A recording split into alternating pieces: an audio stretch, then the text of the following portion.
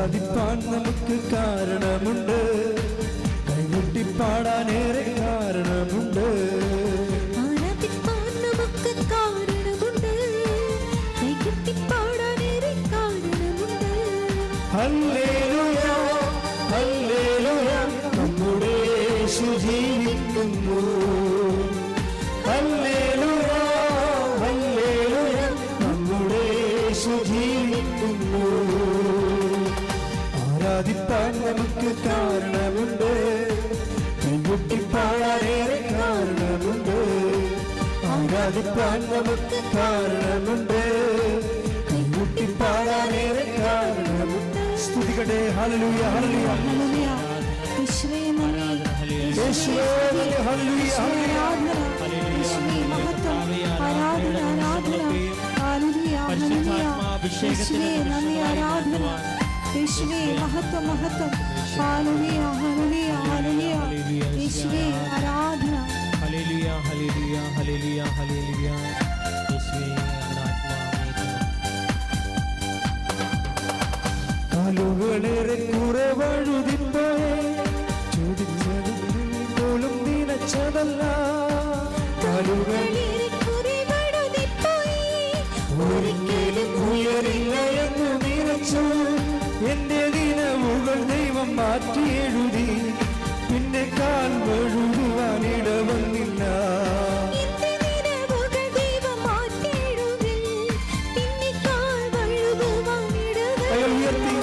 Hallelujah hallelujah നമ്മുടെ യേശു ജീവിക്കുന്നു.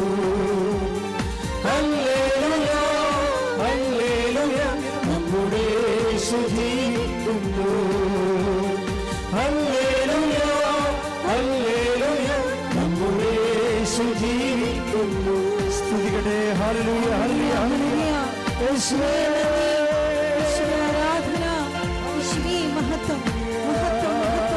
ആരാധന ആരാധന. യേശുവേ നന്ദി, ആരാധന. ഹല്ലേലൂയ ഹല്ലേലൂയ ഹല്ലേലൂയ ആരാധന. യേശുവേ ഹല്ലേലൂയ. യേശുവേ നന്ദി, യേശുവേ സ്തുതി. ഹല്ലേലൂയ ഹല്ലേലൂയ ഹല്ലേലൂയ. ആരാധന യേശുവേ ആരാധന ആരാധന. മഹത്വം. ഹല്ലേലൂയ ഹല്ലേലൂയ. ഹല്ലേലൂയ ഹല്ലേലൂയ ഹല്ലേലൂയ. യേശുവേ നന്ദി നന്ദി നന്ദി. യേശുവേ ആരാധന ആരാധന ആരാധന. ഹല്ലേലൂയ ഹല്ലേലൂയ ഹല്ലേലൂയ ഹല്ലേലൂയ ഹല്ലേലൂയ. പരിശുദ്ധ പരമ ദിവ്യകാരുണ്യത്തിന് ആരാധനയും സ്തുതിയും പുകഴ്ചയും ഉണ്ടായിരിക്കട്ടെ. നിങ്ങൾ ദൈവതിരുസന്നിധി സന്തോഷമായിട്ടിരിക്കണം.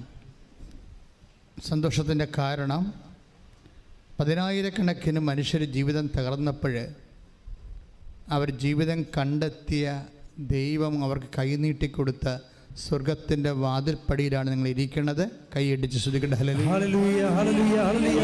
യേശുവേ നന്ദി. ഹല്ലേലൂയ ഹല്ലേലൂയ. ആരാധന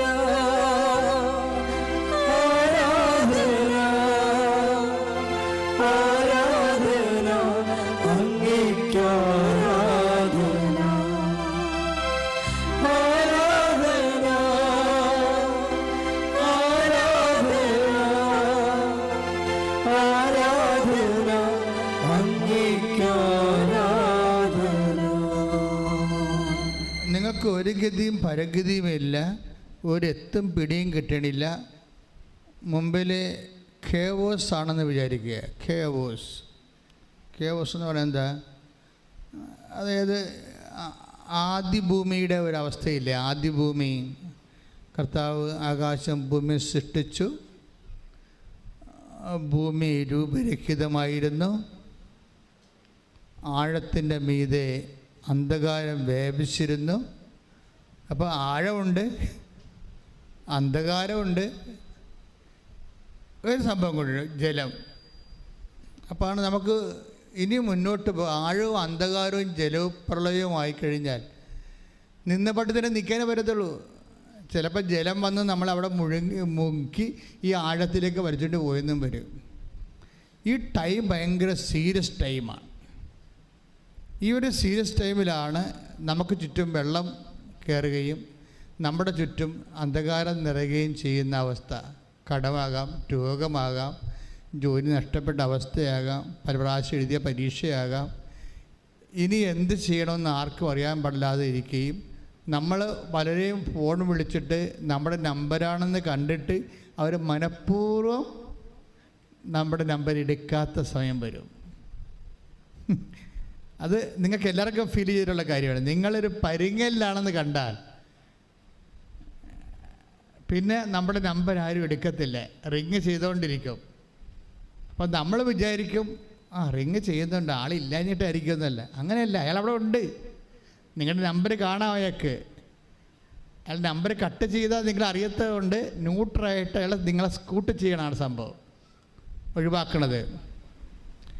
ഇതിനാണ് കെയോസ് എന്ന് പറയുന്നത്. നിങ്ങളുടെ ഏറ്റവും നിങ്ങൾ ആശ വെച്ചവരും പ്രതീക്ഷ വെച്ചവരും നിങ്ങളുടെ കോൾ എടുക്കാതിരിക്കുന്ന സമയത്തിനാണ് ആധുനിക ഭാഷയിൽ കെയോസ് എന്ന് പറയുന്നത്. ഇങ്ങനെ ഒരു സാഹചര്യത്തിലൂടെയാണ് നീ പോകുന്നതെങ്കിലും നിൻ്റെ കോള് ഏത് സമയത്തും എടുക്കുന്ന ഒരാളുണ്ട്. അയാളുമായിട്ടാണ് നമ്മൾ ഉടമ്പടി ചെയ്യാൻ വേണ്ടി വിളിക്കപ്പെട്ടിരിക്കുന്നതോ ഉടമ്പടിയിലായിരിക്കണത്. കൈയടിച്ച് ശ്രദ്ധിക്കട്ടെ. ഹല്ലേലൂയ ഹല്ലേലൂയ ഹല്ലേലൂയ ഹല്ലേലൂയ ഹല്ലേലൂയ. യേശുവേ നന്ദി. ഹല്ലേലൂയ. ആരാധന ആരാധന ആരാധന അങ്ങേയ്ക്ക് ആരാധന ആരാധന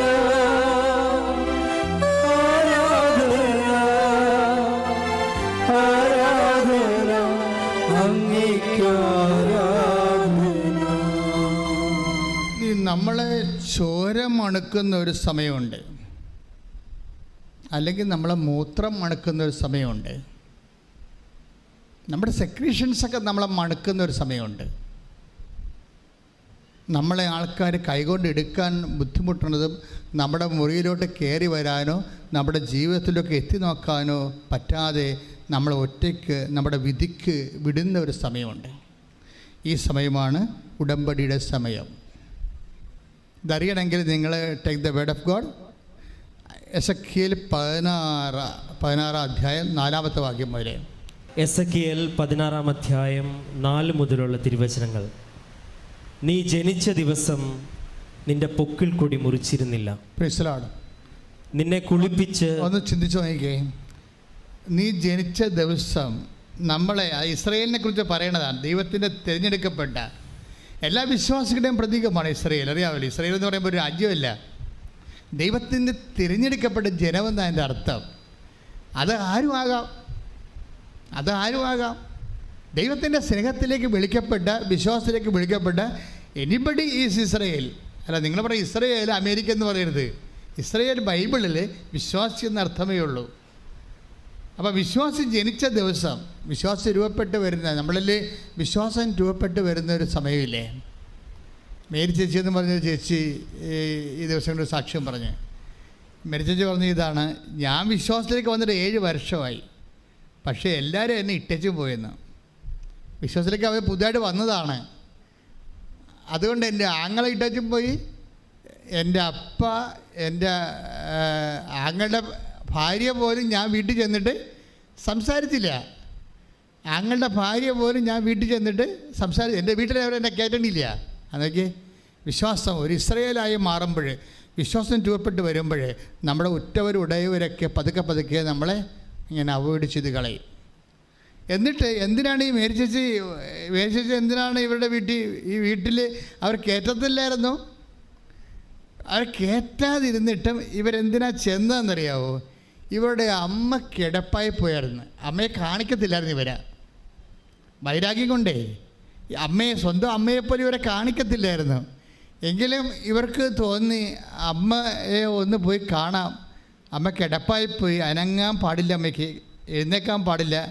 ബാത്റൂമിൽ തന്നെ പിടിച്ചു കൊണ്ടുപോയാൽ മാത്രമേ ബാത്റൂമിൽ പോകാൻ പറ്റത്തുള്ളൂ. അപ്പോൾ അമ്മയെ കാണാൻ പോയപ്പോൾ നിങ്ങളെല്ലാവരും മനസ്സിലാക്കേണ്ട ഒരു സത്യമുണ്ട് എൻ്റെ അകത്ത്. അതായത് ഈ ദിവസങ്ങൾ വരുന്ന സാക്ഷ്യത്തിൻ്റെ ഒരു രീതിയുണ്ട്. ആ സാക്ഷ്യത്തിൻ്റെ രീതി എന്ന് പറയണത്, ഇപ്പോൾ തന്നെ കൊല്ലത്ത് നിന്ന് ജിബി ആൻ്റണി ഒരു സാക്ഷ്യം പറഞ്ഞു. അപ്പോൾ അവർ ഉന്നയിച്ചൊരു വിഷയമുണ്ട്.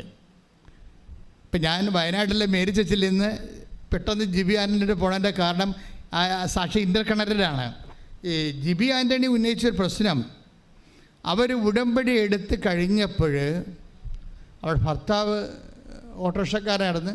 അയാൾക്ക് ഓട്ടം ആൾക്കാർ വിളിച്ച് കൂടുതൽ പരിചയമില്ലാത്തവരൊക്കെ ഓട്ടം വിളിച്ചു കൊടുക്കാൻ തുടങ്ങി. പിന്നെ അയാൾ ഗൾഫിലേക്ക് പോകാൻ മാതാവ് ഇടപെട്ടു. പക്ഷേ അവിടെ മകന് ഡെങ്കുപ്പനി വന്ന് കൗണ്ട് കുറഞ്ഞ് ആശുപത്രി കൊണ്ടുപോയപ്പോൾ കൗണ്ട് കുറഞ്ഞ്. അപ്പോൾ ഡോക്ടർ പറഞ്ഞ് സീരിയസ് ആണെന്ന് പറഞ്ഞപ്പോൾ അവിടെ നാട്ടിലൊക്കെ ഡെങ്കുപ്പനിയായി. കൊല്ലത്ത് അതിൽ ഒരാൾ മരിച്ചു, അവരുടെ വീടിൻ്റെ അടുത്തുള്ള ആൾ മരിച്ചു. അപ്പോൾ ഉടമ്പടിയിൽ ഇരിക്കുകയാണ്. ഉടമ്പടി ഇരിക്കുമ്പോൾ മകന് ഡെങ്കുപ്പനിയായിട്ട് ആശുപത്രി കൊണ്ടുപോയി. അവർക്കതിന് ആശുപത്രി കൊണ്ടുപോകാൻ കാശൊന്നുമില്ല. പക്ഷേ വേറെ ഒരാൾ മരിക്കുകയും ഇവരുടെ മകന് ആശുപത്രി വെച്ച് ബ്ലഡിൻ്റെ കൗണ്ട് കുറയുകയും ചെയ്തപ്പോൾ ഇവർ ചോദിക്കണ ഒരു ചോദ്യമുണ്ട്, അമ്മേ ഞാൻ ഉടമ്പടിയിലല്ലേ? അതാ എൻ്റെ ഉടമ്പടി നീ സ്വീകരിച്ചിട്ടില്ലേ? ഞാൻ ഉടമ്പടി എടുത്തതാണല്ലോ. എന്തായിരിക്കും ഇങ്ങനെ ക്ലേശങ്ങൾ വരണത്? അയ്യോ, ഇത് ഒരു 10,000 മനുഷ്യർ ചോദിക്കുന്ന ചോദ്യമാണ് അല്ലേ? ഉടമ്പടി എടുത്തു കഴിയുമ്പോൾ നമ്മുടെ വീട്ടിൽ നമ്മൾ പ്രതീക്ഷിക്കാത്ത എന്തെങ്കിലും സംഭവിക്കുമ്പോൾ നമ്മൾ ഓർക്കും, അയ്യോ നമ്മൾ ഉടമ്പടി എടുത്തതാണല്ലോ. ആൾക്കാരെല്ലാം ഉടമ്പടി എടുക്കുമ്പോൾ പറഞ്ഞത് എന്താണ്? ഇനി നമുക്ക് അമ്മ ഉണ്ട്, പേടിക്കേണ്ടെന്നല്ലേ പറയണത്. ഇനി നമുക്ക് അമ്മയുണ്ട്, പേടിക്കേണ്ടെന്നല്ലാണ് എല്ലാവരും പറയണത്. അപ്പോൾ ഇവർ പറഞ്ഞ അമ്മ ഞങ്ങളുടെ കൂടെ ഇല്ലേ? പിന്നെ എന്താ ഞങ്ങൾക്ക് ഇങ്ങനെയൊക്കെ സംഭവിക്കണത്? ഇപ്പോൾ എൻ്റെ ഭർത്താവും പോയി, വരുമാനവും ഇല്ല, ഈ കുഞ്ഞിനെ ചികിത്സിക്കാനും പറ്റണില്ല, ഞാനിങ്ങനെ ഒറ്റക്കായി, മുമ്പത്തേക്കാൾ കഷ്ടമായല്ല ഉടമ്പടി എടുത്തിട്ട്. അപ്പോൾ ദൈവം എന്നിലില്ലേ എന്നാണ് ഇവർ ചോദിക്കേണ്ടത്. അമ്മ ഞങ്ങളുടെ കൂടെ ഇല്ലേ എന്നാണ് ചോദിക്കേണ്ടത്. അപ്പം അമ്മ ഞങ്ങളുടെ കൂടെ ഇല്ലേ എന്ന് ചോദിക്കുമ്പോൾ ആ സമയത്ത് ആ ആശുപത്രിയിൽ വേറെ ഒരു ചേടത്തി ഹോസ്പിറ്റലിൽ വന്ന്, അവിടെ ബൈ ചാൻസായിട്ട് വന്നതാണ്, അത് മാതാവൊന്നുമല്ല, ചുമ്മാ ഒരു കോയിൻസിഡൻറ്റ് സംഭവിച്ചതാണ്. അപ്പോഴുടനെ ഈ വന്ന അപരിചിതയായ ചേച്ചി ഇവരോട് ചോദിച്ചു, ആരോടാ? ജോബി ആൻ്റണിയോട് ചോദിച്ചു, നിങ്ങൾ ഉടമ്പടി എടുത്താണല്ലേ എന്ന് ചോദിച്ചു. അപ്പോൾ എടുത്തതാണെന്ന് പറഞ്ഞു. എന്താ കാര്യം? ഇവിടെ കാശ് രൂപം കണ്ടിട്ടാണ് അവർ ചോദിച്ചത്. ഇപ്പോൾ ആൾക്കാർ ഉടമ്പടിക്കാരെല്ലാം തമ്മിൽ തിരിച്ചറിയണത് അവിടെ കാശ് രൂപം ഉള്ളത് കൊണ്ടാണ് തിരിച്ചറിയണത്. അപ്പോൾ അവർ ചിലരൊക്കെ തമ്മിൽ തിരിച്ചറിഞ്ഞാൽ കൂടെ നിന്ന് അവരുടെ വിഷയത്തിന് ഉടമ്പടിക്കാരെല്ലാം കൂടിയിട്ട് ഒരുമിച്ച് പ്രാർത്ഥിക്കും. കാര്യം അവരെല്ലാവരും ഉടമ്പടിയിലാണല്ലോ. അപ്പോൾ നിങ്ങൾ തീഷ്ണമായിട്ട് ഉടമ്പടിയിലായിട്ടുള്ളവരാണെങ്കിൽ, നിങ്ങളിതുപോലെ ഒരു അപരിചിതരാണെങ്കിലും ഒരുമിച്ച് പ്രാർത്ഥിക്കാൻ അവസരം കിട്ടിയാൽ പ്രാർത്ഥിക്കുന്നത് ശരിക്കും അപ്പോഴും നിങ്ങളുടെ വിഷയങ്ങൾക്ക് എല്ലാം ദൈവികമായ ഇടപെടലുണ്ടാകും. അത് അടയാളം തന്നെയാണ്. അപ്പോഴുടനെ ഇവർ ഈ ജോബി ആൻ്റണി പറഞ്ഞു, ഞാൻ ഉടമ്പടി എടുത്തതാണ്. അപ്പോൾ ഈ വന്ന അപരിചിത പറഞ്ഞു, എനിക്ക് ഒന്ന് അവിടെ പോയാൽ കൊള്ളാമെന്നുണ്ട്, പക്ഷെ പറ്റണില്ല എന്ന് പറഞ്ഞ്. എന്നിട്ട് പറഞ്ഞ് എൻ്റെ കയ്യേ, അപ്പോൾ അവർ എന്തിനാണ് പോണത്?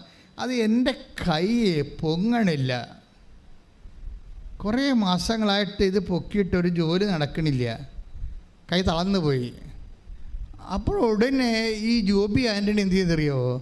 ഉടനെ പറയും, നിങ്ങൾ സമയം കിട്ടുമ്പോൾ പോവുക, ഇപ്പം മാതാവ് നിങ്ങളെ സഹായിക്കുമെന്ന് പറഞ്ഞു. എന്നിട്ട് ഇവിടെ കയ്യിരുന്ന ഉടമ്പടി തൈലം ആശുപത്രി വെച്ചിട്ട് ഈ തളർന്നു പോയ കയ്യിൽ അവർ പെരട്ടി വിശ്വാസ പ്രമാണം ചൊല്ലിക്കൊടുത്ത്. വിശ്വാസ പ്രമാണം ചൊല്ലി പെരട്ടി കഴിഞ്ഞപ്പോൾ തന്നെ ഈ കൈ പടേന്ന് പൊങ്ങി ഇങ്ങനെയുണ്ട്. അപ്പോഴെന്ത് സംഭവിച്ചു കഴിഞ്ഞാൽ ഇവിടെ ചോദിച്ചൊരു ചോദ്യമില്ലേ? ആര്? ഡെങ്കുവായിട്ട് മകനെ കൊണ്ടുവന്ന് ആശുപത്രി ഇട്ടേച്ച് മാതാവിനോട് ചോദിച്ചില്ലേ, മാതാവ് ഞങ്ങൾ ഉടമ്പടിയിലല്ലേ, അതാ എൻ്റെ ഉടമ്പടി നീ സ്വീകരിച്ചില്ലേ, അപ്പം നീ ഞങ്ങളെ വിട്ടു പോയോ എന്ന് ചോദിച്ചതിന് മറുപടിയാണ് ഇവരെ കൊണ്ടുവന്നിരിക്കുന്നത്. അപ്പം നിങ്ങൾ ചങ്ക് പറഞ്ഞ് മാതാവിനോട് ചോദിച്ചാൽ അപ്പോൾ ആൻസർ ചെയ്യും. അപ്പോൾ ആൻസർ ചെയ്യണമല്ല ഈ സാക്ഷ്യത്തിൻ്റെ ഒരു ഹൈലൈറ്റ് എന്ന് പറയുന്നത് അതല്ല. എല്ലാവരും ഇതുപോലെ നിങ്ങൾ പത്രം കൊടുക്കുന്നുണ്ട്. എന്തിനാണ് പത്രം കൊടുക്കുന്നത്? ക്രിസ്തുവിനെ ലോകം അറിയാൻ വേണ്ടിയാണല്ലേ. പക്ഷെ നിങ്ങളുടെ കയ്യിൽ കുറേ ആയുധങ്ങളുണ്ട്. ഉപ്പുണ്ട്, അതുപോലെ തന്നെ അതുപോലെ തന്നെ ഉടമ്പടി തൈലമുണ്ട്. ഇപ്പോൾ ഈ വയനാട്ടിലത്തെ മേരി ചേച്ചി എന്താ ചെയ്യുന്നറിയാമോ? മേരി ചേച്ചിയുടെ സാക്ഷ്യം എന്ന് പറയുന്നത് രസമാണ്. അതായത് എനിക്ക് തോന്നുന്നത് ഈ ആൾക്കാർ ഇപ്പോഴും ചെയ്തുകൊണ്ടിരിക്കുന്നത് അവർ തന്നെ വിശ്വാസത്തിൽ എംപവറായിട്ട് മറ്റുള്ളവരെ വിശ്വാസത്തിലേക്ക് കൊണ്ടുവരികയാണ്. നിങ്ങളുടെ വാല്യൂ കൂടാൻ, ദൈവദൃശ്യത്തിൽ നിങ്ങളുടെ വാല്യൂ കൂടാനുള്ള ഏറ്റവും വലിയ മാർഗം അതാണ്. കാര്യം മറ്റുള്ളവരെ വിശ്വാസത്തിലേക്ക്, അവരെ മതം മാറ്റുകയല്ല, ക്രിസ്തുവിൽ അവർക്ക് ആശ്വാസവും ആത്മശക്തിയും ലഭിച്ച് അവർ നിലനിൽപ്പ് കിട്ടണം. അവർക്ക് നിലനിൽപ്പ് കിട്ടണം. അപ്പോൾ അതുകൊണ്ട് തന്നെ നിങ്ങൾക്കത് മനുഷ്യന്മാർക്ക് അത് ചെയ്തു കൊടുക്കാം. അതൊരു ഉപവിപ്രവർത്തനങ്ങളാണ്. ആ ഉപവിപ്രവർത്തനത്തിൻ്റെ ബേസിലാണ് നിങ്ങൾ രോഗി പരിചരണം പോലെ നിങ്ങൾക്ക് കിട്ടിയിരിക്കുന്ന ദൈവത്തിൻ്റെ കൃപ പങ്കുവെച്ച് കൊടുക്കേണ്ടത്. പ്രാർത്ഥിക്കുക, കർത്താവേ എനിക്ക് കിട്ടിയിരിക്കുന്ന ദൈവകൃപ പങ്കുവെച്ച് കൊടുത്ത് മറ്റുള്ളവരെയും ബലപ്പെടുത്തുവാൻ. മറ്റുള്ളവരെ ബലപ്പെടുത്തുക എന്നുള്ളത് നമ്മുടെ ഒരു ദൈവികമായ ലക്ഷ്യമാണ്. ഇപ്പം ലുക്കാന്റെ സുവിശേഷമില്ലേ, വിശുദ്ധ ലൂക്കാ സുവിശേഷം 22:32 എടുത്ത് ശ്രദ്ധിക്കട്ടെ.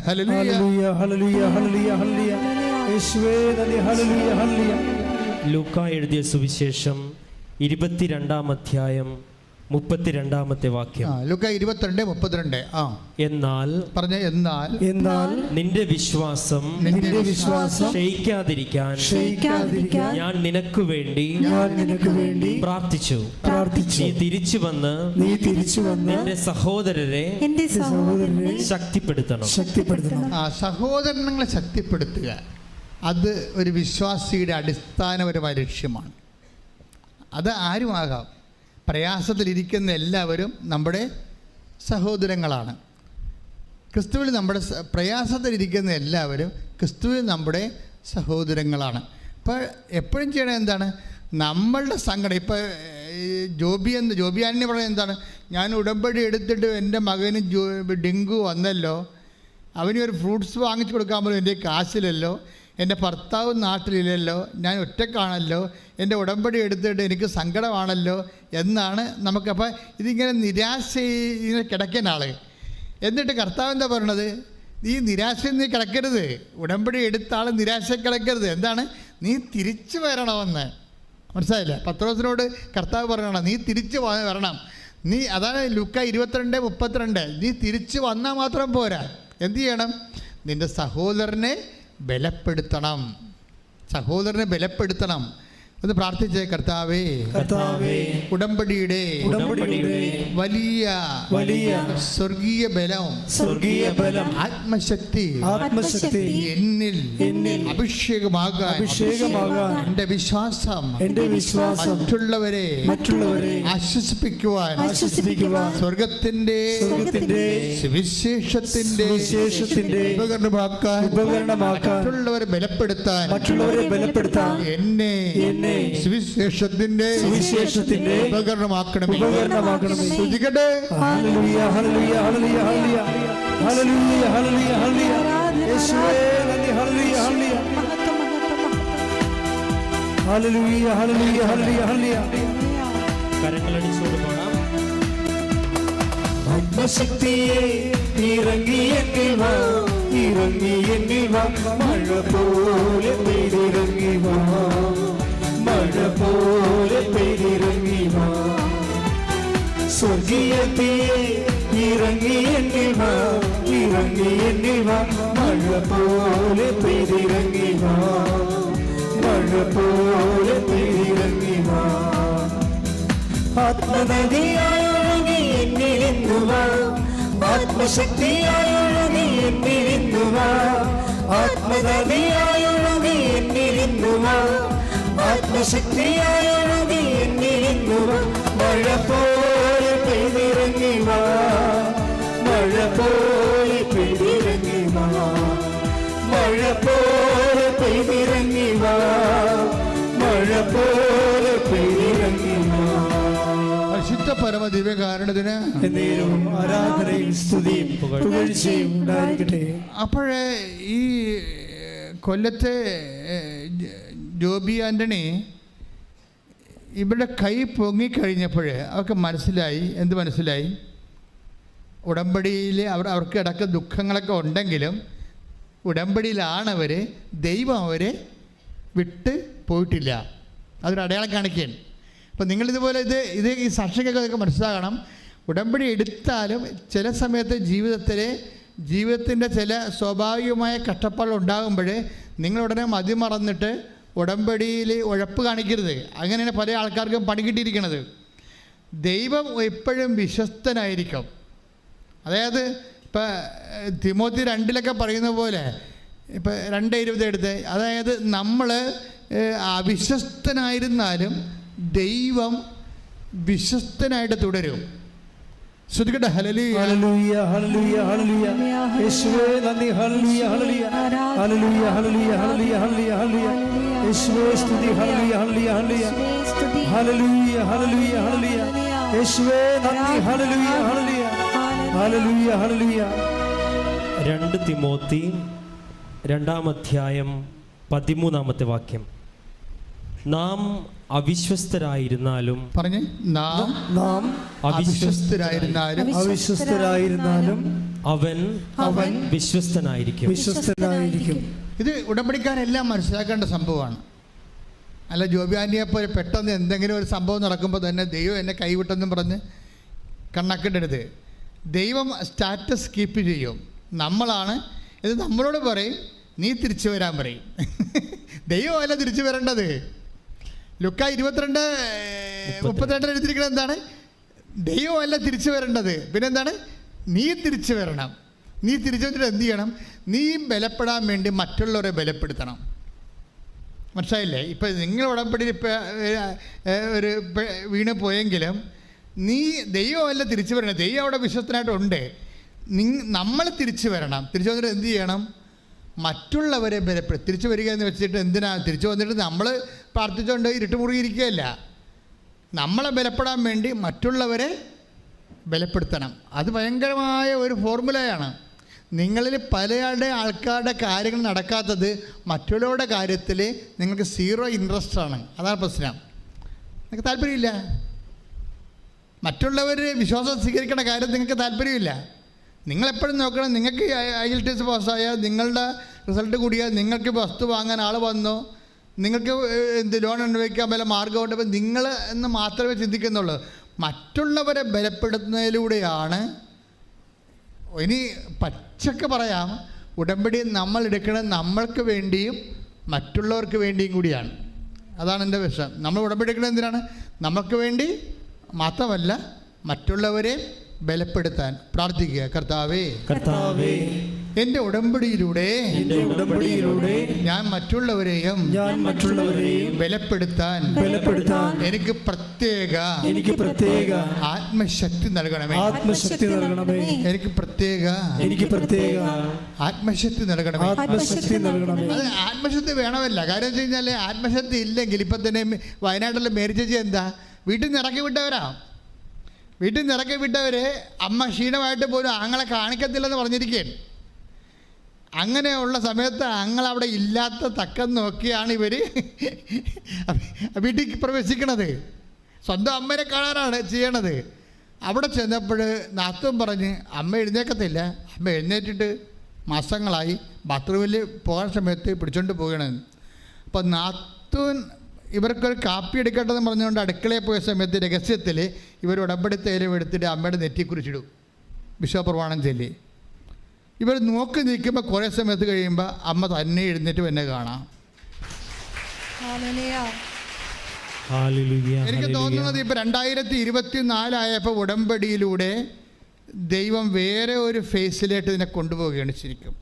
കാര്യം നിങ്ങൾ വഴി നിങ്ങളുടെ സഹോദരങ്ങളെ ബലപ്പെടുത്തുന്നതിലൂടെ ദൈവത്തിൻ്റെ തിരുസന്നിധിയിൽ മൂല്യവത്തായ ഒരു വ്യക്തിയായിട്ട് ദൈവം നിങ്ങളെ ഉയർത്തിയിരിക്കുന്നു. കൈ ഇടിച്ച് കർത്താവ്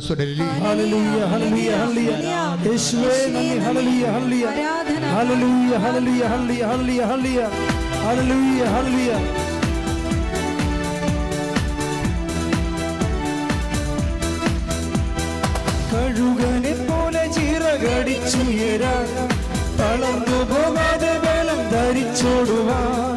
കഴുകനെ പോലെ ചിറകടിച്ചുയരാൻ തളർന്നു പോകാതെ ബലം ധരിച്ചോടുവാൻ കാത്തിരിക്കുന്നിതാ ഞാനും യഹോവേ. ശക്തിയെ പുതുക്കുവാൻ എൻ്റെ ഉള്ളിൽ വാ. കാത്തിരിക്കുന്നിതാ ഞാനും യഹോവേ. ശക്തിയെ പുതുക്കുവാൻ എൻ്റെ ഉള്ളിൽ വാ. മഴ പോലെ പെയ്തിറങ്ങി വാ, മഴ പോലെ പെയ്തിറങ്ങി വാ, മഴ പോലെ പെയ്തിറങ്ങി വാ, മഴ പോലെ പെയ്തിറങ്ങി വാ. ആത്മശക്തിയെ ഇറങ്ങി എന്നെ വാ, ഇറങ്ങി എന്നെ വാ, മഴ പോലെ പെയ്തിറങ്ങി വാ, മഴ പോലെ പെയ്തിറങ്ങി വാ. സ്വർഗീയത്തിയെ ഇറങ്ങി എന്നെ വാ, ഇറങ്ങി എന്നെ വാ, മഴ പോലെ പെയ്തിറങ്ങി വാ, മഴ പോലെ പെയ്തിറങ്ങി വാ. പരിശുദ്ധ പരമ ദിവ്യകാരുണ്യത്തിന് എന്നേരവും ആരാധനയും സ്തുതിയും പുകഴ്ചയും ഉണ്ടായിരിക്കട്ടെ. പിന്നെ വരുന്ന ഇനി നമ്മുടെ ജോബി ആൻ്റണിയുടെ ജീവിതത്തിൽ വരുന്ന സെക്കൻഡ് ഫേസ് എന്ന് വെച്ച് കഴിഞ്ഞാൽ, പെട്ടെന്ന് ഈ ചെറുത്തിൻ്റെ കൈ പൊങ്ങിയല്ലോ, അതിനുശേഷം പിന്നെ സംഭവിക്കുന്നത് പെട്ടെന്ന് ഇവർ ആശുപത്രിയിൽ പ്രവേശിപ്പിച്ച ഇവരുടെ മകൻ്റെ ബ്ലഡ് കൗണ്ട് നോർമലാവും. അപ്പോൾ തന്നെ അവൻ അവിടെ നിന്ന് അവനെ ആശുപത്രിയിൽ നിന്ന് ഡിസ്മിസ് ചെയ്യും. അച്ഛാ പെട്ടെന്ന് ഈ സംഭവം ദാറ്റ് മീൻസ് അപ്പോൾ എന്തിനു വേണ്ടിയാണ് ഈ ഡെങ്കു വന്ന് ഈ മകനെ കൊണ്ടുപോയെന്ന് ചോദിച്ചു കഴിഞ്ഞാൽ, ഒന്ന്, നിന്നിൽ നിക്ഷേപിച്ചിരിക്കുന്ന ശക്തി ഉടമ്പടിയിലൂടെ ഞാൻ തിരിച്ചെടുത്തിട്ടില്ല. It is there. നീ തെറ്റിദ്ധരിച്ചിരിക്കുന്നതാണ്, നിനക്കിപ്പോഴും നീ ഉടമ്പടിയിലാണ് എന്ന് പറയാൻ വേണ്ടിയാണ് ഈ ഡെമോൺസ്ട്രേഷൻ വരണത്. ഇതൊരു ഡെമോൺസ്ട്രേഷനാണ്, കവനൻ്റ് ഡെമോൺസ്ട്രേഷൻ. എന്താ അതിനുശേഷം ഇവർ വീട്ടിൽ പോകും. വീട്ടിൽ പോയപ്പോൾ വേറെ കാലാവസ്ഥ വന്ന് മകനെയും കൊണ്ട് വീട്ടിൽ പോയി. മകനെയും കൊണ്ട് വീട്ടിൽ പോയി പിറ്റേ ദിവസം ഇവർക്ക് ഡെങ്കുവായി സംഭവം. അതായത് ഒരു സ്റ്റോറി പോണ പോക്കുണ്ടല്ലേ. അപ്പോൾ ഇവർക്ക് നമുക്കറിയാലോ, നമ്മുടെ ബോഡിയെ തൊട്ട് കഴിഞ്ഞാൽ നമുക്ക് എല്ലാവരുടെ കാര്യവും നമ്മൾ അന്വേഷിക്കുകയും തിരക്കുകയും പറയുകയും ഒക്കെ ചെയ്യും. പക്ഷേ നമ്മുടെ ബോഡിയെ എന്തെങ്കിലും തൊട്ട് കഴിഞ്ഞാൽ പിന്നെ നമ്മൾ ആടെ കാര്യവും അന്വേഷിക്കത്തില്ല. ഒരു കൊതുക് പറഞ്ഞാൽ പോലും നമ്മൾ അതിനെ തന്തക്ക് വിളിക്കും. അല്ല, ആൾക്കാർക്ക് പനി കയറി കഴിഞ്ഞാലേ ആൾക്കാരുടെയൊക്കെ സ്വഭാവമല്ല, അടുക്കത്തില്ല. പക്ഷേ ഈ എപ്പോഴും നിങ്ങൾ മനസ്സിലാക്കേണ്ടത്, ഏറ്റവും നിങ്ങൾ ഡെലീറിയം കണ്ടീഷനിൽ ഇരിക്കുമ്പോഴാണ് ഏറ്റവും നിങ്ങൾ എംപവർ ആയിരിക്കുന്നത്. അത് എപ്പോഴും നമ്മൾ ശ്രദ്ധിക്കണം. ഏറ്റവും ഡെലീറിയം, അതായത് ഇപ്പോൾ പണ്ട് എനിക്കൊരു അനുഭവം ഉണ്ടായി. ഇപ്പം ഞാനിങ്ങനെ ഒരു പള്ളിയിൽ അസ്തേന്തിയായിട്ടിരിക്കുകയാണ്, അസ്റ്റൻ്റ്. അപ്പം അവിടെ അച്ഛനില്ല, അവിടെ അച്ഛൻ ധ്യാനിക്കാനാ പറ്റിയ പോയിരിക്കുക. അപ്പം ഞാനുണ്ട്, ഇടിമിട്ടി മഴ പെയ്യേ. എനിക്കാണെങ്കിൽ തൊണ്ട വരണ്ടല്ല, ഇങ്ങനെ തൊണ്ട കാർച്ച, തോട്ട്സോറ്, പിന്നെ നെഞ്ച് പറയണ ചുമ, രാത്രി ആകുമ്പോൾ ഉണ്ടാകുന്ന രാപ്പനി, എല്ലാം കൊണ്ട് ഞാൻ ഇരുന്ന് ഛർദ്ദിക്കുകയാണ്. അപ്പോൾ കറണ്ടും പോയി. അപ്പോൾ എല്ലാ വയ്യാവേലികളും ഒരുമിച്ച് വരികയാണ്, കറണ്ടും പോയി. ഞാൻ പുറത്തിരുന്ന് ഛർദ്ദിക്കുന്ന സമയത്താണ് കറണ്ട് പോയത്. വീട്ടിൽ കണ്ണും കാണാൻ പോലെ അകത്തോട്ട് കയറാൻ, മൊത്തം ബ്ലാക്ക് ഔട്ടാക്കി. ഇടുക്കൂടി കാറ്റാണ്. അപ്പോഴുണ്ടൊരു മനുഷ്യൻ വന്ന് രാത്രി വന്ന് മേഴയുടെ വാതിലെ കൊട്ടി. അപ്പം ഞാനിങ്ങനെ ലുങ്കിയൊക്കെ കൊടുത്ത് ബെനിനൊക്കെ ഇട്ടിരുന്ന് ഛർദ്ദിക്കുന്ന രംഗമാണ്. എൻ്റെ യഥാർത്ഥ ഒരു രൂപം കണ്ട ആ മനുഷ്യൻ പെടച്ചതല്ലി വിണിച്ചാകും. അപ്പം ഞാൻ മിണ്ടായിരുന്നു. പക്ഷെ ഇയാൾ സമ്മതിക്കണില്ല, ഇയാൾ കൊട്ടിക്കൊണ്ടിരിക്കുകയാണ്. അപ്പോൾ ഞാൻ പറഞ്ഞു, ചേട്ടാ അവിടെ നിൽക്ക്, ഞാൻ ഛർദ്ദിച്ചിരിക്കുകയാണ്, ഇങ്ങോട്ട് ഇപ്പോൾ വരരുത്. അപ്പോൾ പുള്ളി അത് മൈൻഡ് ചെയ്യില്ല. പുള്ളി വന്നു, പക്ഷേ ഇരുട്ടത്ത് തപ്പി പിടിച്ച് പുള്ളി അവിടെ വരുന്ന ആളാണ്. കുറച്ച് കഴിഞ്ഞപ്പോൾ ഞാൻ നിരച്ച് പോയി ബാത്റൂമിൽ പോയി ടബൊക്കെ കയ്യിലൊക്കെ പോയി കഴുകി ലുങ്കിയൊക്കെ മാറി ഉടുപ്പൊക്കെ ഇട്ട് അങ്ങനെ ഇരിക്കുന്ന സമയത്ത് കറണ്ട് വന്നു. ഒരു മെഴുകുതിരിയൊക്കെ കത്തിച്ച് കാണുന്ന സമയത്ത് പുള്ളി വന്നു. ഞാൻ എന്നെ ഇത്രയും തിരക്കെന്താണെന്ന് ചോദിച്ചു. അപ്പോൾ ഞാനോർത്ത് വല്ല ഈ ആൾക്കാർ ലാസ്റ്റ് സാക്രമെൻ്റ് വരത്തില്ലേ, അപ്പൻ അമ്മയൊക്കെ മരിക്കാൻ പോകണമെങ്കിൽ ഇതുപോലെ വന്ന് തിരക്ക് കൂട്ടും ആൾക്കാർ. കാര്യം സമയമില്ലല്ല, മരിക്കണ കൊണ്ടുപോയി മുമ്പ് കുർബാന കൊടുക്കണ്ടേ. അപ്പം അങ്ങനെ വല്ല കേസുമായതുകൊണ്ട് ഞാൻ വളരെ സംയമനത്തോടെ ഇരിക്കുകയാണ് ഈ മനുഷ്യനോട് സംസാരിക്കണം. അപ്പോൾ പറഞ്ഞു, എൻ്റെ അച്ഛ എന്നുവെച്ചാൽ ഞങ്ങൾ 40 പേര് വള്ളത്തിൽ പോയിട്ട് ഇപ്പോൾ 2 ആഴ്ചയായിട്ട് ഒരു കരിനന്ദം പോലും, നന്ദനെന്ന് പറയാൻ മനസ്സിലാവില്ല നിങ്ങൾക്ക്, മീനെ, അത് കരിനന്ദത്തെ കടപ്പുറത്ത് ഒന്നും ഇല്ലെങ്കിൽ ചെറിയ നന്ദം കിട്ടണ കാലം ഉണ്ടായിരുന്നു. അതും കിട്ടണില്ലെന്ന് പറയും. അപ്പോൾ എല്ലാവരും പട്ടിണിയാണെന്ന് പറയും. അപ്പോഴേ ഒന്നെങ്കിൽ ഞാൻ അവിടെ പോയി വെഞ്ചരിച്ച് കൊടുക്കണം രാത്രി. അവിടെയൊക്കെ ഇരിക്കുമ്പോൾ അങ്ങനെയാണ് എൻ്റെ രീതികൾ. മിക്കവാറും അച്ഛന്മാർ പോകും. അപ്പോൾ ഞാൻ പറഞ്ഞു, ചേട്ടാ എൻ്റെ വശകേടാണ്, ഞാൻ ആരെങ്കിലും നാളെ രാവിലെ കുർബാനയ്ക്ക് ഒരു അച്ഛനെ കിട്ടിയിട്ടേ, നാളെ രാവിലെ കുർബാനയില്ലേ, രാത്രി അവിടെ നിന്ന് പോകണമെന്ന് എനിക്ക് ആഗ്രഹമുണ്ട്, അല്ലെങ്കിൽ ഞാൻ കിടന്ന കിടപ്പ് ശരിയാകത്തില്ല. അപ്പോൾ ഏതെങ്കിലും ഹോസ്പിറ്റലിൽ പോയി അഡ്മിറ്റ് ചെയ്യണമെന്നുണ്ട്. പക്ഷേ അച്ഛനെ വിളിച്ചിട്ട് പണ്ടത്തെ ഈ കറക്കണ ഫോണല്ലേ, കാറ്റുമാണ്, അപ്പോൾ എടുക്കുമ്പോൾ അച്ഛന്മാരെ കിട്ടത്തില്ല. അപ്പോൾ അങ്ങനെ ഒരു അവസ്ഥയിൽ ഞാനിങ്ങനെ ഈ തളർന്ന് ഇതിമേ കുത്തി കറക്കിക്കൊണ്ടിരിക്കുകയാണ്. ഞാൻ ചേട്ടാ ഒരു അച്ഛനെ കിട്ടിയിട്ട് വേണം എനിക്ക് രാത്രി ഇവിടുന്ന് ആശുപത്രി പോകാൻ, അതാണ് അവസ്ഥ. അപ്പോൾ അച്ഛൻ എന്നോട് പറഞ്ഞു, അച്ഛാ എന്തെങ്കിലും ഒന്ന് വെഞ്ചരിച്ച് തരാൻ പറഞ്ഞു. ഉടനെ ഞാനത് കാശ് അവിടെ മെസ്സേജ് നിന്ന് എടുത്തിട്ട് ഒരു കാശുരം എടുത്തിട്ട് വിശ്വപ്രമാണം ചൊല്ലി ഈ മത്സ്യബന്ധ നിയോഗ പ്രാർത്ഥന, പ്രത്യേക പ്രാർത്ഥനയുണ്ട്, ആ ചൊല്ലിയിട്ട് ചേട്ടനെ കൊടുത്ത് ബ്ലസ് ചെയ്ത് വിട്ട്. എന്നിട്ട് എനിക്ക് പിന്നെ ആ ചേട്ടൻ പോയി കഴിഞ്ഞപ്പോൾ തന്നെ എനിക്ക് അച്ഛനെ കിട്ടി. ലോണിൽ മറുവ കണ്ടുന്നൊരു അച്ഛനെ കൊച്ചിയിൽ നിന്ന് കിട്ടി. ഞാൻ അച്ഛനെ ഏൽപ്പിച്ച് വെച്ചാൽ എപ്പോൾ ഞാൻ വരുമെന്നറിയത്തില്ല, എത്ര ദിവസം കിടക്കേണ്ടി വരുമെന്ന് അറിയത്തില്ല, അച്ഛൻ വന്ന് കുർബാന ചൊല്ലി കൊടുക്കണമെന്ന് പറഞ്ഞ് അച്ഛനെ ഏറ്റ് ഞാൻ രാത്രി ഓട്ടോറിക്ഷ എടുത്ത് പോവുകയും ചെയ്തു. ഞാൻ പിന്നെ വന്നെ 2 ആഴ്ച കഴിഞ്ഞിട്ടാണ് കിടന്നു പോയി. 2 ആഴ്ച കഴിഞ്ഞിട്ടാണ് ഞാൻ വരണത്. 2 ആഴ്ച കഴിഞ്ഞിട്ട് വരുമ്പോൾ പിറ്റേ ദിവസം ഈ ചേട്ടൻ വന്ന. അപ്പോൾ ഞാനോട് കർത്താവേ പഴയ ദുരിതം പറയാൻ വേണ്ടി വരികയാണ്. അപ്പോൾ പുള്ളി ഭയങ്കര ഹാപ്പിയാണ്. ഞാൻ പറഞ്ഞ് അപ്പോൾ ഞാൻ പറഞ്ഞ ചേട്ടാ സന്തോഷമാണ്. ആ സന്തോഷം, അന്ന് തന്നെ രക്ഷപ്പെട്ടെന്ന് പറഞ്ഞു. കാര്യം ഈ കാശുരം കൊണ്ട് കെട്ടുകയും പുള്ളി കൊണ്ടുപോയി പിറ്റേ ദിവസം പോയി വങ്കടയെന്നും പറഞ്ഞൊരു വലിയ മത്സ്യമുണ്ട്, അതിൻ്റെ ഒരു കൂട്ടത്തിന് കടലിൽ അടിച്ചത് മൊത്തം അന്നത്തെ 40,000 രൂപ കിട്ടി. 93 ഈ കാലഘട്ടം. ഇപ്പം എത്രയായി? 2000 ഇപ്പം 30 കൊല്ലം ആയില്ലേ. 30 കൊല്ലം മുമ്പ് 40,000 രൂപ കിട്ടിയാൽ അത് വലിയ ഒരു കിട്ടലാണ്. അതിനുശേഷം അവർക്ക് പിന്നെ അരി മുട്ടിയിട്ടില്ല. അപ്പം ഞാൻ മനസ്സിലാക്കിയ സത്യം എന്താ വെച്ച് കഴിഞ്ഞാൽ, ഞാൻ വയ്യാണ്ടിരുന്ന് 0 ആയിട്ട് തകർന്നിരുന്ന സമയത്താണ് ഈ സംഭവം ചെയ്തിരിക്കുന്നത്. അന്ന് മുതൽ ഞാനൊരു കാര്യം പഠിച്ചു. എന്താ വെച്ചാൽ ഇതിനിടയ്ക്ക് എനിക്ക് പണ്ട് വലിവ് വരുമായിരുന്നു. ഇപ്പോഴാണ് ഞാൻ വലിവൊന്നും വരാത്തത്. വലിവ് ഇങ്ങനെ വന്നത് അത് കുഞ്ഞുനാളും വരെ ഉള്ളതാണ്. വലിവ് ഇങ്ങനെ വരും. വലിവ് വന്നാൽ പിന്നെ അത് പോകത്തില്ല. അപ്പോൾ വലിവ് വന്ന് ആശുപത്രി കട്ടിലേൽ മേടെ കിടക്കുകയായിരിക്കും. പക്ഷെ കിടന്നാലും ആൾക്കാർ ഒളിച്ചും പാത്തും ഒക്കെ ഒരു വാതിൽ തുറന്ന് അപ്പം തന്നെ ചാടി അകത്ത് കയറിയിട്ട് അച്ഛ ഭാര്യനെ ആശുപത്രി കൊണ്ടുപോകണമെന്നൊക്കെ പറയും, ഭാര്യയെ പിടിച്ച് പ്രാർത്ഥിക്കാനൊക്കെ പറയും. പക്ഷേ എനിക്ക് വലിവാണെന്നൊക്കെ പറഞ്ഞാൽ അവർ അംഗീകരിക്കത്തില്ല. കാര്യം അവരെ സംബന്ധിച്ചിടത്തോളം അത് വേറെ ഒരു വിശ്വാസമാണത്. അപ്പം ഞാനത് പ്രാർത്ഥിച്ച് കൊടുക്കും. കിടന്നാലും കിടന്നുകൊണ്ട് പ്രാർത്ഥിച്ച് കൊടുക്കും. കാര്യം വെച്ച് കഴിഞ്ഞാൽ ഇതെന്താ പ്രശ്നം വെച്ച് കഴിഞ്ഞാൽ, നമ്മൾ എന്തുമാത്രം അവശരാകുന്നുവോ അത്രയും ഒരു ദൈവ വേലക്കാരൻ്റെ പവർ കൂടിക്കൊണ്ടിരിക്കും. വിശ്വാസിയുടെ ഒരു ഗുണം അതാണ്. അത് നിങ്ങളെപ്പോഴും നമ്മൾ ശ്രദ്ധിക്കണം. അതുകൊണ്ടാണ് വചനം പറയണത് ബലഹീനതയിലാണ് ദൈവത്തിൻ്റെ അതിന് 2 കൊരിന്ത്യർ 12:9 എടുത്ത് ശ്രദ്ധിക്കട്ടെ. ഹല്ലേലൂയ ഹല്ലേലൂയ ഹല്ലേലൂയ ഹല്ലേലൂയ യേശുവേ നന്ദി. ഹല്ലേലൂയ ഹല്ലേലൂയ ഹല്ലേലൂയ ഹല്ലേലൂയ ഹല്ലേലൂയ ഹല്ലേലൂയ ഹല്ലേലൂയ യേശുവേ സ്തുതി. ഹല്ലേലൂയ ഹല്ലേലൂയ ഹല്ലേലൂയ ഹല്ലേലൂയ ഹല്ലേലൂയ ഹല്ലേലൂയ ഹല്ലേലൂയ.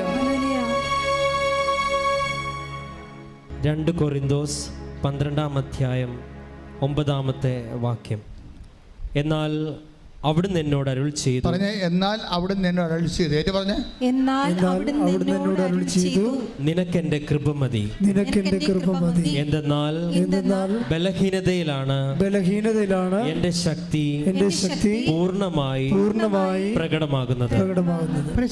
ഇതാണ് വെച്ചാല് എന്തെന്നാൽ പറഞ്ഞേ, എന്തെന്നാൽ നിനക്കെന്റെ കൃപ മതി. എന്താ പ്രോബ്ലം വെച്ചാൽ നമുക്ക് ചിലപ്പോൾ കടങ്ങളുണ്ടാകാം. ചിലപ്പോൾ നമ്മുടെ വീട് മൂന്ന് പറമ്പും ജപ്തി നടപടി വന്നിരിക്കുകയായിരിക്കാം. അപ്പോഴും ദൈവം പറയും മൈ ഗ്രേസ് ഈസ്, നിൻ്റെ വീട് ചിലപ്പോൾ പോകുമായിരിക്കും, പക്ഷേ my grace is sufficient for you. ഇത് മനസ്സിലായി? ഇത് നിങ്ങൾ ഈ തന്ത്രം പഠിക്കണം. ഇതൊരു ഭയങ്കര, അതായത് ചിലപ്പോൾ നിൻ്റെ വീട് പോകുമായിരിക്കും, പക്ഷേ my grace is sufficient for you എന്ന് വെച്ചാൽ നിനക്കെൻ്റെ കൃപ മതിയാവും. കാര്യം ഇത്തരം 10,000 വീടുകൾ തിരിച്ചു തരാൻ കഴിവുള്ളതാണ് ദൈവത്തിൻ്റെ കൃപ. കൈയടിച്ച് ശ്രദ്ധിക്കട്ടെ. ഹല്ലേലൂയ ഹല്ലേലൂയ ഹല്ലേലൂയ ഹല്ലേലൂയ യേശുവേ നന്ദി. ഹല്ലേലൂയ ഹല്ലേലൂയ. എന്റെ കൃപ നിനക്കു മതി, കർത്താവിൻ തിരുവചനം. എന്റെ കൃപ നിനക്കു മതി, കർത്താവിൻ തിരുവചനം. അനശ്വരമായ വചനമതേ അതിശയമായി നടത്തിടുന്നു. അനശ്വരമായ വചനമതേ അതിശയമായി നടത്തിടുന്നു.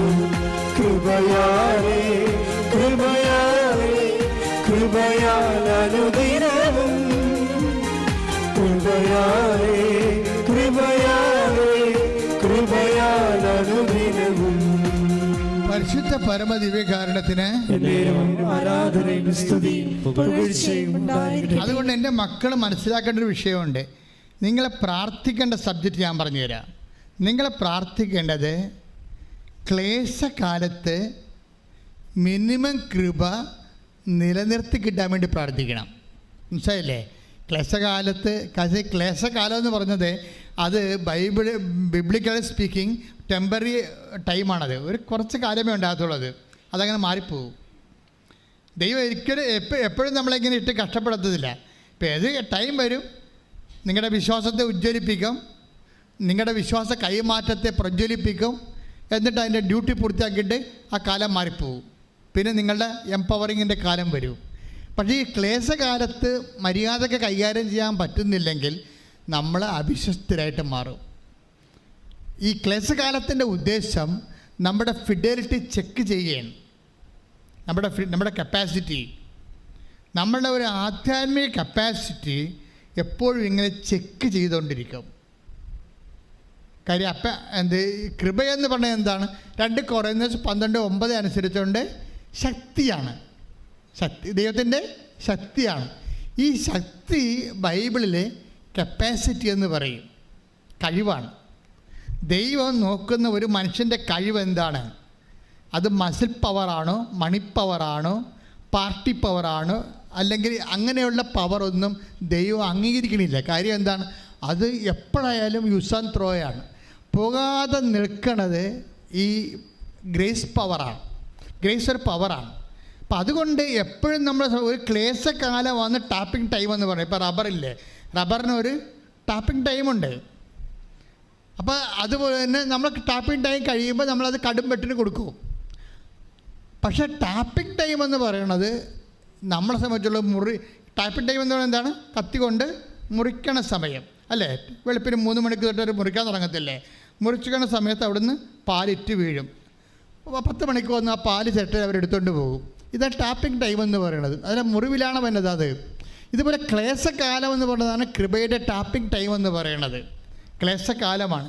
അപ്പോൾ ചില സമയത്ത് ഭർത്താവ് നമ്മളെ ഉപേക്ഷിച്ചിട്ട് നമുക്ക് തോന്നും, വിളിക്കണില്ല, തിരക്കണില്ല, ടാപ്പിംഗ് ടൈമാണ്. അഞ്ഞു കിടന്നുകൊണ്ട് അയാൾക്ക് വേറെ ബന്ധമുണ്ട്, അതുകൊണ്ട് എന്നെ വിളിക്കാഞ്ഞത്.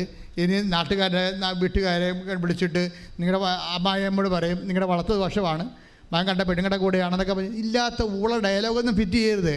അത് ടാപ്പിംഗ് ടൈമാണ്. നിങ്ങൾ മൗനമായിട്ട് നിന്നുകൊണ്ട് ശാന്തമായി വിഷയത്തെ കർത്താവിന് സമർപ്പിച്ചിട്ട് കർത്താവിനെ കൊണ്ട് തന്നെ അത് കൈകാര്യം ചെയ്യിക്കണം. നിങ്ങളെ കൈകാര്യം ചെയ്യാൻ പോകരുത്. നമ്മളെ കർത്താവിനെ കൊണ്ട് തന്നെ കൈകാര്യം ചെയ്യിക്കണം. എന്താ സംഭവിച്ചു കഴിഞ്ഞാൽ, ഇപ്പോൾ നിങ്ങളുടെ കർണത്ത് ചെവിയിൽ ഒരു പാറ്റ പോയി, ഉടനെ എടുത്ത് കുപ്പിച്ചിൽ ഉൾപ്പെടെയുള്ള സാധനം കുത്തിക്കയറ്റും. അപ്പോൾ അത് ഉടനെ നിങ്ങൾ സ്റ്റോപ്പ് ചെയ്യണം, ഒന്നും ചെയ്യരുത്. കണ്ണിൽ എന്തെങ്കിലും കയറിക്കഴിഞ്ഞാൽ നമ്മൾ കണ്ണിട്ട് തിരുമിയിട്ട് അവിടെ ഉള്ള എല്ലാ കോശങ്ങളെയും നിങ്ങൾ ഡാമേജ് ആക്കിയിട്ട് രക്തം കണ്ണിൽ നിന്ന് വരും. Don't do it. മറിച്ച് അപ്പം തന്നെ ഒരു ഡോക്ടറുടെ അടുത്ത് പോകണം. എക്സ്പേർട്ടിൻ്റെ അടുത്ത് പോയിട്ട് എക്സ്പേർട്ടാണ് ആ വിഷയം ചെയ്യേണ്ടത്. ഇതുപോലെ ഉള്ള ക്ലേശകാലത്ത് നിങ്ങളായിട്ട് അത് പരിഹരിക്കാൻ നോക്കരുത്, മറിച്ച് കർത്താവ് അത് പരിഹരിക്കാൻ നോക്കണം. മനസ്സിലായില്ലേ? അതിന് നമ്മൾ മൗനം പാലിക്കണം, പ്രാർത്ഥിക്കുക. കർത്താവ് ദൈവമേ, ക്ലേശകാലത്തെ കൃപയുടെ ടാപ്പിംഗ് ടൈമിലെ അങ്ങേ അതിൻ്റെ അകത്ത് ആ വിഷയത്തില് ഉൾപ്പെടുത്തുവാൻ ദൈവത്താൽ ആ വിഷയം പരിഹരിക്കപ്പെടുവാൻ എനിക്ക് പ്രത്യേക ജ്ഞാനം നൽകണമേ.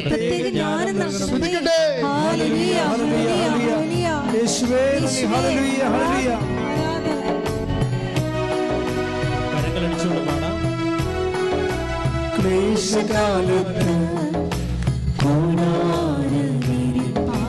എന്റെ പ്രിയനെ മറയ്ക്കും. അല്പകാലം കഴിഞ്ഞ് ഉയർന്നതാം പാറമേ എന്നെ അവൻ കയറ്റി നിർത്തും. അല്പകാലം കഴിഞ്ഞ് ഉയർന്നതാം പാറമേ എന്നെ അവൻ കയറ്റി നിർത്തും. ക്ലേശകാലത്ത് എന്റെ പ്രിയനെ മറയ്ക്കും. അല്പകാലം കഴിഞ്ഞ് ഉയർന്നതാം പാറമേ എന്നെ അവൻ കയറ്റി നിർത്തും. അപ്പോൾ നിങ്ങൾ ഞാനിപ്പോൾ ഇങ്ങനെ പറഞ്ഞില്ലേ, ഈശോ ഇതിലൂടെ പറഞ്ഞില്ലേ, അപ്പോൾ നിങ്ങൾ ഈ വിഷയത്തിൽ ഇരിക്കുന്ന ആൾക്കാർ ഞാനുമായിട്ട് നിങ്ങളുടെ മനസ്സിൽ ചിലപ്പോൾ തട്ടുപിടിച്ചിട്ടുണ്ടാകും. പിന്നെ അച്ഛൻ പറഞ്ഞ ശരിയാണ്, പക്ഷേ ഞാനിങ്ങനെ കുറേ കാര്യമൊക്കെ ചെയ്തതാണ്, ഇപ്പോഴും ഞാൻ അധോഗതിയിലാണെന്ന് നിങ്ങൾ പറയും. എൻ്റെ മകളെ എന്താ പ്രോബ്ലം എന്ന് വെച്ച് കഴിഞ്ഞാൽ ഇതിലൊരു 3 ഘട്ടമുണ്ട്. നിങ്ങളെ ഗ്രേസിൻ്റെ കപ്പാസിറ്റിയിലൂടെ വിളിച്ചു കഴിഞ്ഞാൽ, ഒരു കൃപയുടെ കപ്പാസിറ്റിയിലൂടെ വിളിച്ചു കഴിഞ്ഞാൽ all on A sudden at A time settlement അല്ല സംഭവം. ഒരു 3 പ്രാവശ്യത്തെ സെറ്റിൽമെൻ്റ് ഉണ്ടത്. അതറിയണമെന്നുണ്ടെങ്കിൽ നമ്മൾ ആദ്യം പറഞ്ഞ വചനം വായിക്കണം, എസെക്കിയേലിൻ്റെ 16:4. അതായത് അതിൽ ഇതാണ്: ഒരു കുഞ്ഞ് പെറ്റ് ചോര പുരണ്ട് പൊക്കിൾക്കൊടി മുറിക്കാൻ പോലും ആരും ഇല്ലാതെ, ഉപ്പ് പെരട്ടാൻ ആരുമില്ല. ഉപ്പ് പെരട്ടാനത്ത് നമുക്ക് മനസ്സിലാകത്തില്ല, ബൈബിൾ ലാംഗ്വേജാണത്. അതായത് അവരുടെ കാലത്ത് ഇസ്രയേലിൽ ഈശോൻ്റെ കാലത്തും ഉണ്ടായിരുന്നു, ഇപ്പോഴും ഉണ്ടാവും അത്. അവിടെ വൈറ്റാട്ടിമാർ ചെയ്യുന്ന ഒരു സൂതികർമ്മമാണ്. എന്ന് വെച്ചാൽ ഉപ്പെടുത്തിട്ട് അവർ പൊക്കിൾക്കൊടി മുറിച്ചിട്ട് വയറ് മുഴുവനും ഇത് പെരട്ടും. ഇത് എന്തിനാണ് പെരട്ടണത്? ഈ കുഞ്ഞിൻ്റെ ഉള്ളിൽ ബോഡി കുറേ വെള്ളം ഉണ്ടാകത്തില്ല, എക്സ്ട്രാ വെള്ളം, ആവശ്യമില്ലാത്ത വെള്ളമില്ലേ, ആ വെള്ളമെല്ലാം പുറത്തേക്ക് കളയാൻ വേണ്ടി പൊക്കിൾക്കൊടി മുറിച്ചിട്ട് അവർ ഉപ്പ് പെരട്ടും. എന്തുപ്പാണ് പെരട്ടണത്? ചാവ് കടലിലെ ഉപ്പാണ് പെരട്ടണത്. നമ്മുടെ ഇപ്പോൾ ഉപ്പല്ല, അത് ഉപ്പ് പാറയാണ്. അത് പൊടിച്ചെടുത്തിട്ട് എല്ലാ വീട്ടിലും കുറച്ചേ ഉണ്ടാകും. അതെടുത്തിട്ട് ഇങ്ങനെ ഗർഭസ്ഥ ശിശുവിനെ പെരട്ടും. അത് പരിചരണമാണ്. ഇപ്പം എന്താ ബൈബിൾ പറയണത്? നിന്നെ പെറ്റ കാലത്ത് വിശ്വാസിയുടെ ജീവിതം ആ ഇസ്രയേലാണ്. നീ വിശ്വാസം സ്വീകരിച്ച സമയത്ത്, വിശ്വാസം വളർന്ന കാലത്ത് നിൻ്റെ പൊക്കിൾക്കൊടി മുറിക്കാൻ ആരുമില്ലായിരുന്നോ? എന്നുവെച്ചാൽ ഒരു പ്രാഥമിക പരിചരണം പോലും തരാൻ നമുക്കാരുമില്ലാത്തൊരു സമയമുണ്ടാവും. ഈ ടൈമാണ് ടാപ്പിംഗ് ടൈം എന്ന് പറയുന്നത്, പ്രാഥമിക. അതായത് കായൻ ആബേലിനെ കൊന്നില്ലേ, അപ്പം കായനോട് ദൈവം ചോദിച്ചില്ലേ, എന്താണ് നിൻ്റെ മുഖം ഇങ്ങനെ വിങ്ങിയിരിക്കണമെന്ന് ചോദിച്ചില്ലേ? അവൻ കാണിച്ച നീച പാപമാണെങ്കിൽ പോലും നീചപാപിയുടെ മുഖം പോലും വാടുന്നത് സഹിക്കാത്തൊരു ദൈവത്തിൻ്റെ സന്നിധാനത്തിലാണ് നീ ഉടമ്പടി ചെയ്തിരിക്കുന്നത്. ശ്രുതികട്ടെ ഹല്ലേലൂയ.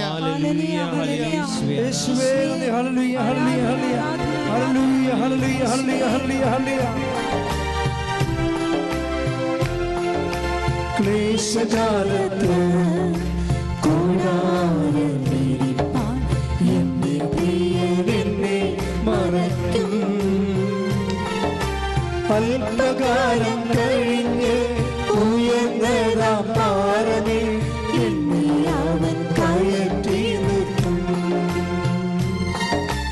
അല്പകാലം കഴിഞ്ഞ് ഉയർന്നതാം പാറമേ എന്നെ അവൻ കയറ്റി നിർത്തും. അപ്പം ഞാൻ പറഞ്ഞില്ലേ, അപ്പം ഈ ഒരു ക്ലേശകാലത്തിന് ഒരു ഏറ്റവും കുറഞ്ഞത് ഒരു 3 ടൈമുണ്ട്. ഇപ്പം നീ ഒരു ഡൈവേഴ്സ്ഡ് ആയിട്ടുള്ള സിംഗിൾ ഒരു സ്പൗസ് ആണെന്ന് വിചാരിച്ചോ.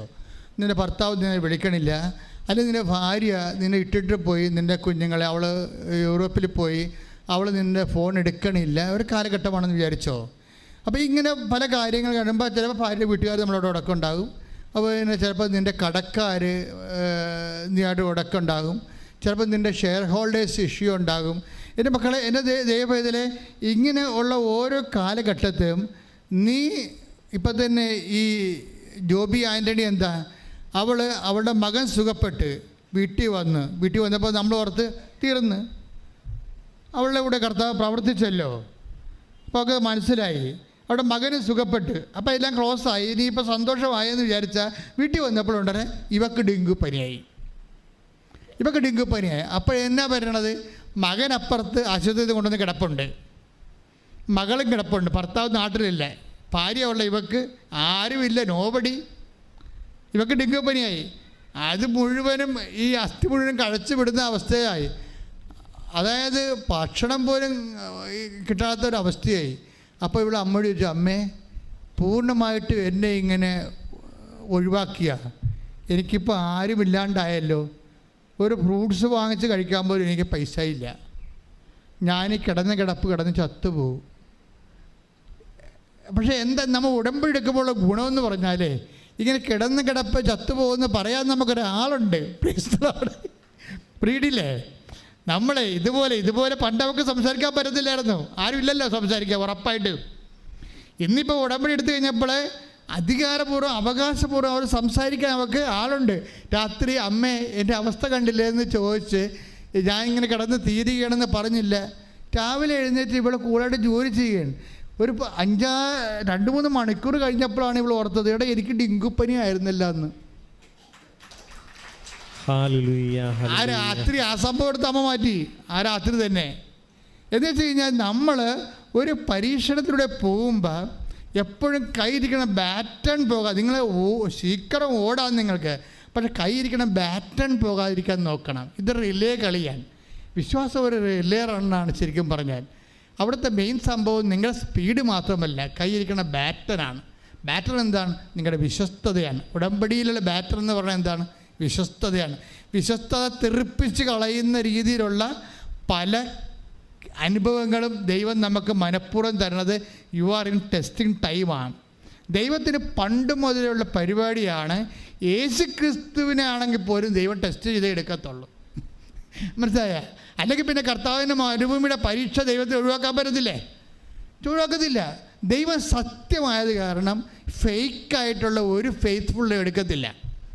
അത് നീ ഓർത്തേക്കണം. ദൈവത്തിന് കണ്ണിൽ പൊടിയിട്ടിട്ട് എന്തെങ്കിലും ദൈവത്തിന് എന്തെങ്കിലും പിണ്ണാക്ക് പുഴുക്കി കൊടുത്ത് നേർച്ച കൊടുത്തിട്ട് ദൈവത്തിൻ്റെ കണ്ണിൽ പൊടിയിട്ടിട്ട് നിൻ്റെ കാര്യം സാധിച്ചിട്ട് നിനക്ക് തോന്നിയ വാസം പടറക്കാലനായിട്ട് ജീവിക്കാമെന്ന് വിചാരിച്ചാൽ ഒറ്റ നടക്ക് പോകത്തില്ല. ഒരു ഫേക്ക് ഫെയ്ത്ത്ഫുള്ളിനെ ദൈവം അംഗീകരിക്കണില്ല.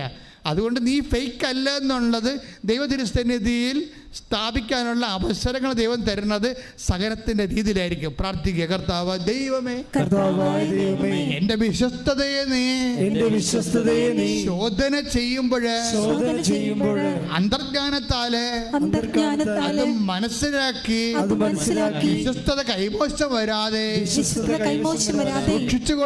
സൂക്ഷിച്ചുകൊണ്ട് ഉടമ്പടിയുടെ കൃപ പ്രാപിക്കാൻ എന്നെ സഹായിക്കണമേ.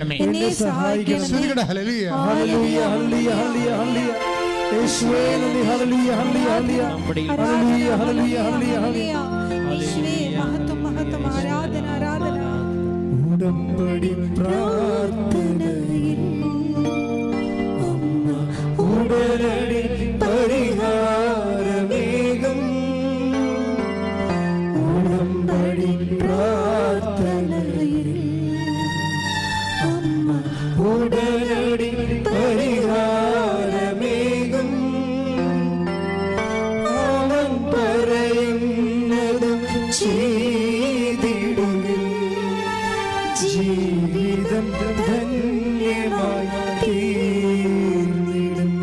ഈ ജോബി ആൻ്റണിയെ അന്തർജ്ഞാനമെന്ന് ഞാൻ പറഞ്ഞില്ല, ആന്തരികമായ ജ്ഞാനം, ദൈവത്തിൻ്റെ അറിവ് കടന്നു വരുന്ന ഒരു മേഖലയാണ്. ഓരോരോ സമയത്തും എന്താണ് ചെയ്യേണ്ടതെന്ന് ദൈവം ഇങ്ങനെ മുഖത്ത് നോക്കി ഉപദേശിച്ചുകൊണ്ടിരിക്കും. അതുകൊണ്ടാണ് ഇവളോട് പറഞ്ഞത്, ഇവളിങ്ങനെ രാത്രി ഡെങ്കു വന്ന് ഡെലീരിയമായി കിടക്കുമ്പോൾ പറയും, അമ്മേ ഇപ്പം എല്ലാവരും കിടപ്പായിപ്പോയി, ഞാനും കിടപ്പായി, എനിക്ക് ഒരു വാപ്പിള പോലും മേടിച്ച് തരാൻ കാശുമില്ല, പോയി വാങ്ങിത്തരാൻ ആളുമില്ല, ഞാനിങ്ങനെ കിടന്ന് തരും. അമ്മ എന്താണ് പറയണത്? അപ്പം അമ്മ പറഞ്ഞ സംഭവം എന്താണെന്ന് പോലും ഇവിടെ അറിയാതെ രാവിലെ എഴുന്നേറ്റ് വരികയാണ്, നല്ല സൗഖ്യപ്പെട്ട് വരികയാണ്. ഇതെന്താ പ്രോബ്ലം എന്ന് വെച്ച് കഴിഞ്ഞാൽ ഈ വഴികളിൽ ഇപ്പം ഈ ജോബി ആൻ്റണി ചെയ്യണത് എന്താണ്? ജോബി ആൻ്റണി ഈ പ്രത്യേക സാഹചര്യത്തിൽ ഇതൊരു കേസ് സ്റ്റഡിയാണ്, കേസ് ഡയറിയാണ്. ഈ കേസ് ഡയറിയിൽ ഈ ഉടമ്പടി എന്ന് പറയുന്ന ഈ ഉടമ്പടി കാൻഡിഡേറ്റ് എന്താണ് ചെയ്യണത്? അവളിങ്ങനെ തകർന്ന് തരിപ്പണമായി കഴിയുമ്പോഴും അവരിൽ ആസന്ന മരണമായി കിടന്ന സംഭവത്തെ അവർ ഊതിക്കത്തിക്കും. ബൈബിൾ നിർദ്ദേശിക്കുന്ന ഒരു ടെക്നിക്കാണത്. അണയാൻ പോണ വിളക്ക് ആളിക്കത്തുമെന്ന് പറഞ്ഞ പോലെ ആളിക്കത്തിക്കാൻ പറയും. നിന്നിൽ ആസന്ന മരണമായതിനെ ആളിക്കത്തിക്കാൻ പറയും. ഇവിടെ ആസന്ന മരണമായത് എന്താണ്? വിശ്വാസമാണ്. കാര്യം എന്താണ്? ഇവക്ക് തന്നെ ഡെങ്കുവായി, ഇവക്ക് വന്ന് പുറത്ത് പോയി ഇത്തിരി ഭക്ഷണം മേടിക്കാൻ കാശുമില്ല, അത് മേടിച്ച് കൊടുക്കാൻ ആളുമില്ലാത്ത രീതിയിൽ ഇവൾ സീറോ ആയി. സീറോ ആകുമ്പോഴും ഇവളിൽ ആസന്ന മരണമായതിനെ ഇവൾ ആളിക്കത്തിക്കുന്നുണ്ട്. എന്താണത്? അവളുടെ വിശ്വാസമാണത്. മനസ്സിലായില്ലേ? അത് വിശ്വാസം വിട്ട് കളിക്കാൻ അവൾ തയ്യാറല്ല. തീർന്നു എന്ന് പറയുമ്പോഴും ആ ഉടമ്പടിയിൽ ദൈവത്തോട് ചെയ്ത വിശ്വാസം വിട്ട് കളിക്കാൻ അവൾ തയ്യാറല്ല. അതുകൊണ്ടാണ് വെളിപ്പാടിൻ്റെ പുസ്തകം പറയണത്. വെളിപ്പാടിൻ്റെ പുസ്തകം എടുത്ത് 3:2 ശ്രുതികട ഹല്ലേലൂയ. വെളിപാടിൻ്റെ പുസ്തകം 3-ാം അധ്യായം 2-ാമത്തെ വാക്യം. ഉണരുക, നിന്നിൽ ആസന്ന മരണമായി അവശേഷിക്കുന്നതിനെ ഉത്തേജിപ്പിക്കുക. Praise the lord. ഇത് നമ്മുടെ ഒരു ഫോർമുലയാണ്. ഉടമ്പടി ഇരിക്കുന്ന ആൾക്കാർ ശ്രദ്ധിക്കേണ്ടതാണ്. എന്തെങ്കിലും തട്ടുകേട് പറ്റി ഡൗണായി കഴിഞ്ഞാൽ എന്ത് ചെയ്യണം? നമ്മളവിടെ കിടന്നപടി കിടക്കരുത്. എന്ത് ചെയ്യണം? ഉണരുക. പറഞ്ഞേ, ഉണരുക, നിന്നിൽ ആസന്ന മരണമായ. എന്താകാം അത്? അത് ചിലപ്പോൾ ആസന്ന മരണമായതിനെ എന്നാ പറഞ്ഞിട്ടുള്ളത്. അതെന്തുമാകാം? അത് വിശ്വാസമാകാം, ദൈവസ്നേഹമാകാം, ഇനി ഉടമ്പടി തന്നെയാകാം. ചില ഉടമ്പടി എടുത്തിട്ട് ആ പ്രത്യക്ഷയുടെ പ്രാർത്ഥന ചൊല്ലി മാത്രം ഉടമ്പടിയിലിരിക്കുന്ന ആൾക്കാരില്ലേ? ചെറിയ ഉടമ്പടി എടുക്കും, അവരെന്ത് ചെയ്യും? നമ്മുടെ അസ്ഥിയായിട്ട് കൊള്ളാത്ത പണിയൊക്കെ ചെയ്യും. അസ്ഥിയായിട്ട് കൊള്ളാത്ത എന്താണ്? ആ തേനെടുത്ത് കുടിക്കും. ഉടമ്പടി തേനില്ലേ? ഒന്നുമില്ലെങ്കിൽ ഇല്ലാത്ത തേനും മധുരമായതിന് വരച്ച് കുടിച്ചുകൊണ്ട് അവിടെ ഇരിക്കും. എന്നിട്ട് 2 പ്രത്യക്ഷ പ്രാർത്ഥന, 2 കവള പ്രത്യക്ഷ പ്രാർത്ഥന അടിച്ചുകൊണ്ടിരിക്കും. ഇതൊന്നും ഉടമ്പടി വിഹിതമല്ല. കർത്താവ് എന്താ പറഞ്ഞിരിക്കുന്നത്? 3:2 തിരിച്ചു വായിച്ച്, നിൻ്റെ പ്രവർത്തികൾ വായിച്ച്. 3:2 വായിച്ച്, താഴേക്ക് വായിച്ച്. എന്തെന്നാൽ എന്റെ ദൈവത്തിന്റെ മുൻപിൽ നിന്റെ പ്രവൃത്തികൾ പൂർണ്ണമായും നിർവഹിക്കപ്പെട്ടതായി ഞാൻ കാണുന്നില്ല. കുറെ അണ്ണന്മാരുടെ പത്രം ഇപ്പോഴും അലമാരയുടെ തിരിപ്പില്ലേ? അതാണ് ഈ പറയണത്. മനസ്സിലായില്ലേ? കുറേ അണ്ണന്മാർ പത്രം കൊണ്ടുപോയി പള്ളിയുടെ വാതിക്കിട്ട്. ഞാൻ ഇന്ന് കഴിഞ്ഞ ദിവസം എനിക്ക് മാന്നാർ പോകേണ്ട ഒരു ആവശ്യമുണ്ടായിരുന്നു. അപ്പോൾ അവിടുത്തെ കുറച്ച് തീർത്ഥാടന പള്ളികളിലൊക്കെ പോയപ്പോൾ എല്ലാ പള്ളിയുടെ വാതിക്കലും കൃപാസന പത്രം ഇരിപ്പുണ്ട്. ആ 2 മടിച്ചുകൾ കൊണ്ടുവന്ന് ഇട്ടും പോയതാണേ. എന്നിട്ട് അവിടെ നിന്ന് പെറുക്കി വേറെ ചില ആൾക്കാർ പെറുക്കിയെടുത്ത് ആൾക്കാർക്ക് കൊടുക്കുന്നുണ്ട്. നോക്കിയേ, നിന്റെ പ്രവർത്തികൾ വായിച്ചേ. എന്റെ ദൈവത്തിന്റെ മുൻപിൽ